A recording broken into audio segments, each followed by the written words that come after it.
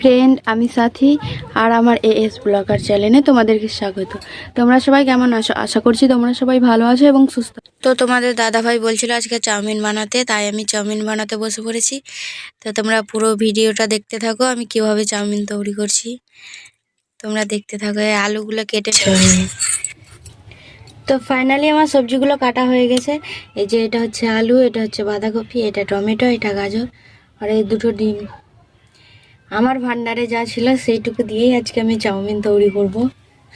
এই যে হচ্ছে কড়াইশুঁটি, পেঁয়াজ, কাঁচা লঙ্কা আর হচ্ছে আদা রসুন একটু। তো গ্যাসটা বসিয়ে আমি কড়াইটা বসিয়ে দিয়েছি। তোমরা কে কীভাবে চাউমিন তৈরি করো আমি জানি না, তো আমি এভাবেই তৈরি করি। আর আমার এটা তৈরি মানে তোমাদের মতো হচ্ছে কি না কমেন্ট করে জানাবে।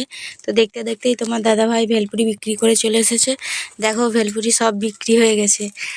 আর আমার চাউমিনটা ওইদিকে সেদ্ধ হয়ে গেছে। এবারে এটাকে আমি জল ছেঁকে নেব। তারপর একটু ঠান্ডা জল দিয়ে, মানে যাতে ঝরঝরা হয় তার জন্য একটু ঠান্ডা জল দিয়ে দেবো এর মধ্যে। মানে একটু ঠান্ডা জল দিলে পুরো ঠিক হয়, মানে একদম শুকনো শুকনো হয়ে যায়। তো এর মধ্যে কড়াইয়ের মধ্যে একটু জল দিয়ে ভালো করে মুছে নেব যাতে পুড়ে না লেগে যায়। তো আজকে আমি প্রথম তৈরি করছি। তো আগে করেছি কিন্তু মানে এভাবে তৈরি করিনি, তো এভাবে প্রথম তৈরি করছি, তাই মানে ভালো হচ্ছে কিনা সেটা বুঝতে পারছি না। তো দেখো আমার চাউমিনগুলো কত সুন্দর মানে শুকনো শুকনো হয়ে গেছে। এবার আমি ডিমগুলো ভেজে নেব। দুটো ডিম দিয়েছি, দুটো চাউমিন ছিল তাই। তো ডিমগুলো ভালো করে ভেজে নেব। তো তোমরা দেখো তোমাদের মতো হচ্ছে কি না। তো ডিমগুলো ভাজা হয়ে গেছে, এবার বাটিতে তুলে রেখে দেব।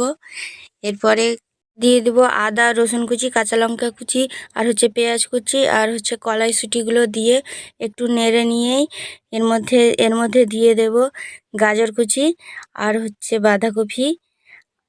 মানে ভালো করে নেড়ে নেওয়ার পর বাঁধাকপিটা দিয়ে, তারপরে আলুগুলো দিয়ে, তারপরে হচ্ছে টমেটোগুলো দিয়ে ভালো করে নেড়ে নিতে হবে।